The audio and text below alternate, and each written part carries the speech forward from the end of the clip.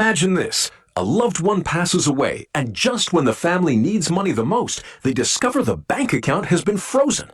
Funeral costs, household bills, and everyday expenses suddenly become a major problem.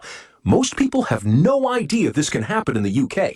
So why do banks freeze accounts after someone dies? And what simple steps can help protect your family from unnecessary delays?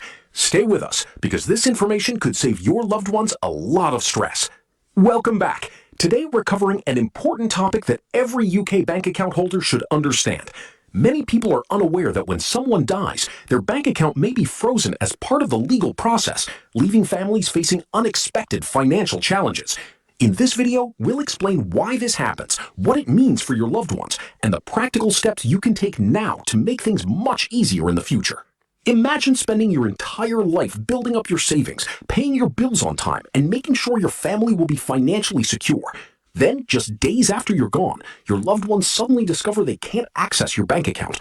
Direct debits stop, bills begin piling up, and even money needed for funeral expenses may become temporarily unavailable. It sounds shocking, but this is something many families across the UK experience every year. Today, we're looking at what really happens to your bank account after death, why banks freeze accounts, and what steps can help make things easier for the people you leave behind. When a bank is officially informed that an account holder has died, it has a legal responsibility to protect the money held in that account. In many cases, the bank will freeze individual accounts to prevent unauthorized withdrawals or fraudulent activity while the person's estate is being dealt with. This isn't because the bank is trying to keep the money. Instead, it's part of the legal process designed to ensure that assets are distributed correctly according to a valid will or the rules of intestacy if no will exists. For families, however, this can come as a complete surprise. Many people assume that a spouse, child, or close relative will automatically be able to access the account. Unfortunately, that's often not the case. Unless someone has the legal authority to manage the estate, access to the funds may be restricted until the necessary paperwork has been completed.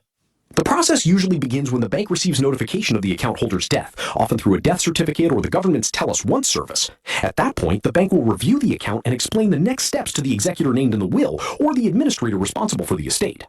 One important detail that many people don't realize is that joint bank accounts are often treated differently. In many cases, if an account is genuinely held jointly, ownership of the funds automatically passes to the surviving account holder. This means the account may continue to operate without the same restrictions that apply to individual accounts. However, the exact treatment can depend on the account's terms and the legal circumstances, so it's always worth checking with the bank. Another common concern involves regular household expenses. If an individual account is frozen, direct debits and standing orders may stop, which can affect mortgage payments, utility bills, subscriptions, or other financial commitments. Some banks may agree to release money directly for funeral costs before probate has been granted, provided the correct documentation is supplied. This is one reason why families are encouraged to contact the bank as soon as possible after a death. So what can people do now to help protect their families from unnecessary delays? The first and perhaps most important step is making a valid and up-to-date will. A clear will identifies who should administer the estate and can reduce confusion during an already difficult time. Keeping financial records organized is equally important. A simple list of bank accounts, savings, pensions, insurance policies, and important documents can save loved ones countless hours of searching. It's also sensible to review how bank accounts are structured. For some couples, a joint account used for everyday household expenses can provide continued access to money if one partner dies. However, deciding whether a joint account is appropriate depends on individual circumstances and should be considered carefully. People should also make sure their family knows where important documents are stored.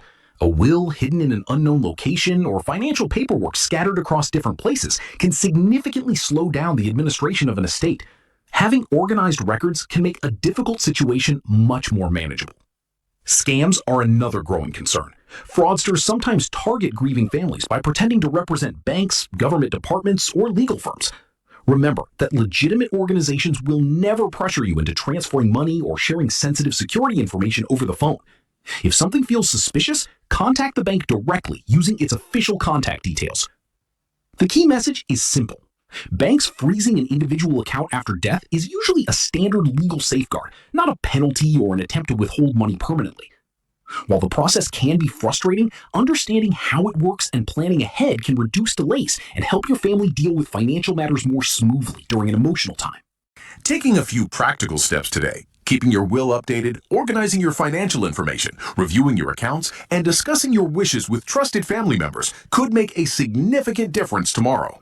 It may not be an easy conversation to have, but preparing in advance can provide peace of mind for both you and the people you care about most. If you found this information useful, share it with your family and friends so they understand what to expect and can avoid unnecessary stress when it matters most. Thanks for watching. If you found this information helpful, don't keep it to yourself. Share this video with your family and friends because this is something everyone should know before it's too late. If you enjoy straightforward updates on UK finance, pensions, banking, and government changes, be sure to subscribe, leave a like, and turn on notifications so you never miss an important update. We'll see you in the next video.